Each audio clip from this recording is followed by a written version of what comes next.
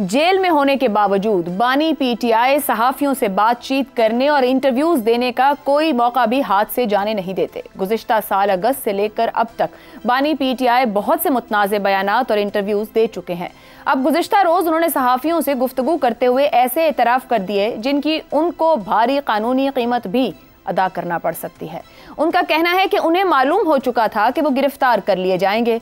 उन्होंने गिरफ्तारी से कबल कारकुनों को जीएचक्यू के सामने पुरअमन एहतजाज की कॉल दी थी। जब पार्टी चेयरमैन को रेंजर्स अगवा करके ले जाएगी तो कारकुनान जीएचक्यू के सामने ही मुजाहिरा करेंगे। बानी पीटीआई ने कहा कि उन पर केसेस खत्म होना शुरू हुए तो प्लान है कि उनको मिलिट्री जेल भेजा जाए।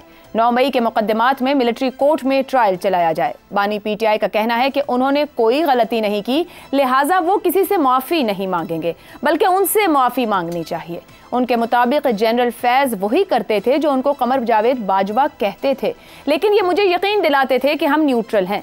मुल्क के सियासी, कानूनी और बाज़ सहाफ़ती हल्के बानी पीटीआई के इस एतराफ़ को उनकी बड़ी गलती करार दे रहे हैं। गुज़िश्ता साल 9 मई वाक़यात के फौरी बाद बानी पीटीआई ने कहा था कि अगर उनको गिरफ्तार किया जाएगा तो वही रद्द अमल फिर सामने आएगा। बानी पीटीआई से जब कहा जाता कि वो उन वाक़यात की माफ़ी मांग लें तो वो कहते कि उन्होंने कुछ गलत ही नहीं किया, तो वो किसी से माफ़ी क्यों मांगे, बल्कि उनको उनसे माफ़ी मांगनी चाहिए। कभी वो 9 मई को साजिश करार देते और कभी कहते कि 9 मई वाक़यात का उनसे कोई लेना देना नहीं, क्योंकि उस वक्त वो गिरफ्तार थे। बानी पीटीआई के खिलाफ साइफर और तोशाखाना केसेस में कई शवाहिद, गवाह और वादा मुआफ गवाह मौजूद हैं। 9 मई के मुकदमात में उनके खिलाफ अब तक कोई वादा मुआफ गवाह भी सामने नहीं आए, मगर अब बानी पीटीआई के इस एतराफ़ के बाद क्या 9 मई की गुत्थी उन्होंने खुद ही नहीं सुलझा दी? नून लीग और पीपल्स पार्टी के रहनुमा बानी पीटीआई के इस बयान को एतराफ़े जुर्म करार दे रहे हैं। DGISPR भी गुज़िश्ता रोज़ 9 मई के मनसूबा साजों को अदालती ढील देने के नताइज से आगाह कर चुके हैं। एन उस वक्त बानी पीटीआई ने यह एतराफ़ करके क्या अपने लिए खुद बहुत बड़ी कानूनी मुश्किलात पैदा कर दी हैं। इसी मामले पर गुफ्तगू करेंगे। ये भी आपको बता दें कि पाकिस्तान तहरीक इंसाफ की सेकंड ईयर लीडरशिप या जो भी लोग गुफ्तगू कर रहे हैं वो इस बयान को ओन नहीं कर रहे। ये गुफ्तगू सहाफ़ियों के साथ हुई, मगर अब वो कहते हैं, यानी ये कहा जाए कि नहीं, तरदीद हो गई, डैमेज कंट्रोल की कोशिश जो क़यादत बाहर मौजूद है वो कर रही है इस बयान को लेकर। हमारे साथ पैनल में हैं हसन निसार, शहजाद चौधरी, अबसार आलम और इफ्तिखार अहमद। प्रोग्राम का सवाल आप सभी के लिए। बानी पीटीआई का जीएचक्यू के सामने पुरअमन एहतजाज की कॉल का एतराफ़, क्या बानी पीटीआई अपने खिलाफ खुद ही गवाह बन गए? हसन निसार साहब, वो कहा जाता है ना कि पहले तोलो फिर बोलो, और बहुत ज़्यादा बोलना भी कभी कभार मसाइल खड़ा कर देता है। क्या बानी पीटीआई ने अपने अमाल की खुद ही गवाही दे दी? नहीं, आपने बात का बतंगड़ बनाना है। या आपसे मुराद सिर्फ आप नहीं, बाकी माशाल्लाह जिस तरह के लोग हैं और ख़ास तौर पे मुखालफिन उसके, फिर तो ठीक है, जैसे चाहो। बाकी देखो, कॉमन सेंस की बात है, कोई आदमी अपने खिलाफ गवाही नहीं देता। कंस्ट्रक्शन ऑफ सेंटेंस, ये slip of tongue, construction of sentence, इसकी अपनी अपना बैकग्राउंड होता है और अपनी अपनी अहलियत की बात है। देखो बात सुनो, एक बार बेनज़ीर भुट्टो ने कहा था अजान बज रहा है।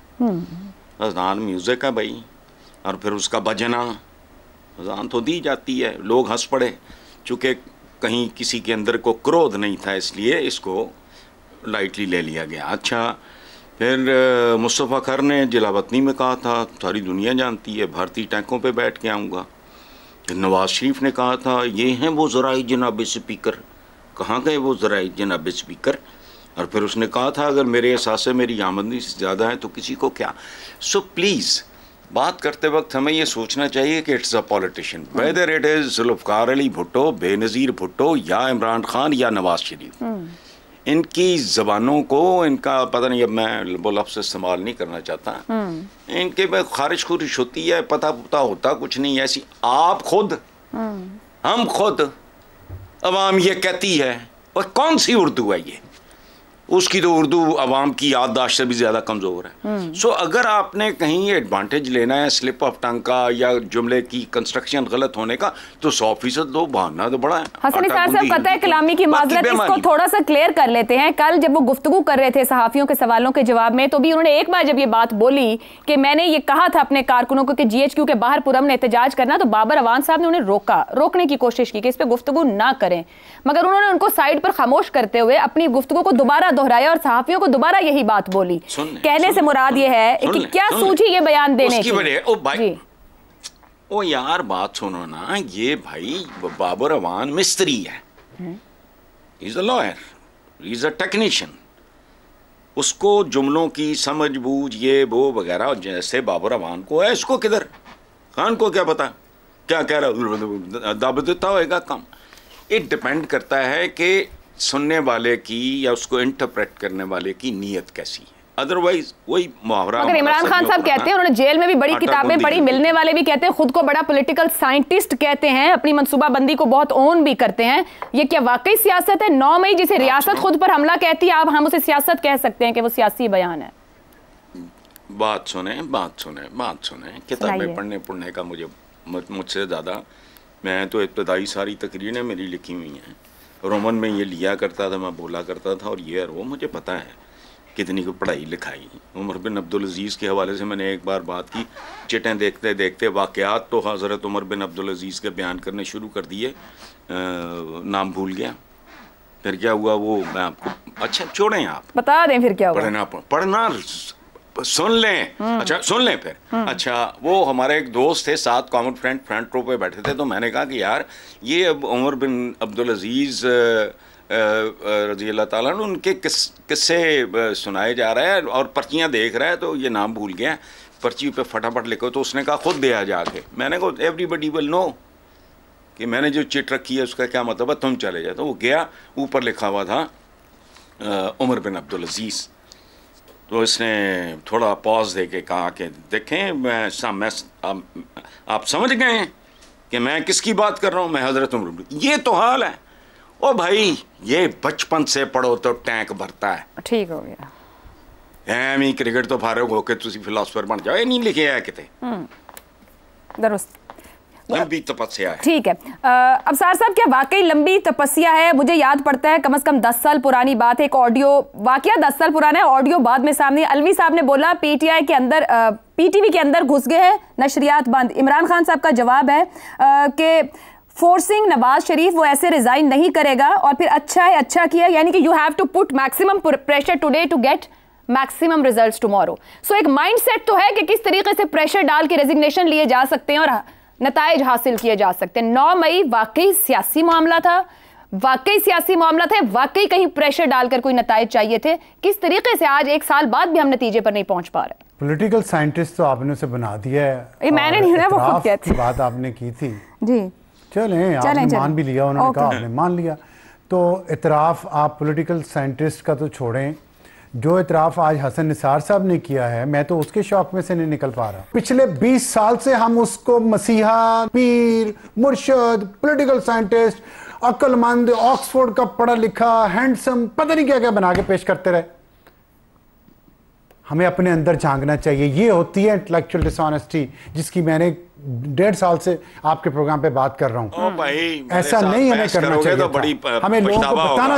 आपने खुद ही कहा बचपन से होता है, बचपन से टैंक बनता है, तो पता था कि खाली बोल रहा है, लेकिन हमने उसने एक्सेल किया कई मैदानों में। पेश किया क्या एक्सेल किया, किस मैदान में, सिवाय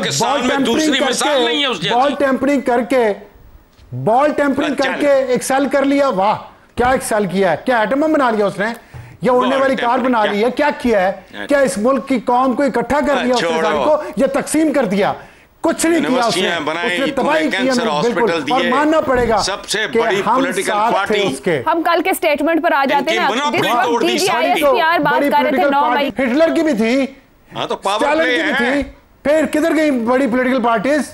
मोदी की भी है बड़ी पॉलिटिकल पार्टी, कौन उसकी इज्जत करता है? टके की इज्जत नहीं है उसकी, जिसके पास अकल है, लेकिन और ऑनेस्टी तो इज्जत भी बहुत है भाई। ना स्टालिन की कोई हमायत करता है, ना हिटलर की करता है, ना मोदी की करता है, और ना इमरान की करता है, लेकिन करना हमने, क्योंकि बस हमने उस वक्त हमारी और राय थी, आज हमारी और राय है। आज हम नहीं कहना चाहते कि हमने अपनी राय बदल ली, आज भी राय वही है। बाकी ये कि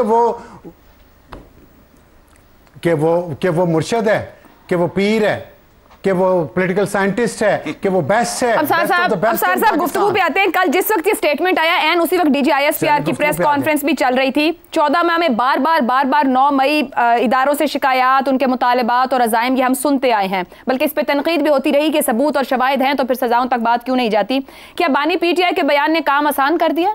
नहीं, कोई आसान नहीं किए, तो खुद कहते रहे हैं कि जी ये फॉल्स फ्लैग था, इन्होंने करवाया है। तो आज मान गए हैं कि जी मैंने कहा था वहां पे जाके, तो सारा नैरेटिव ही खत्म हो गया था। लेकिन कल तो नहीं किया आपने, आज किया। आज 2 डिनाइल्स आ चुकी हैं, मैं कैसे यकीन करूं? और आप कह रही बहुत बड़ा उन्होंने रिपोर्टर्स जो रिपोर्ट कर रहे हैं 1 बाय 1 इश्यूज पे आते हैं, रिपोर्टर्स की गवाही होगी।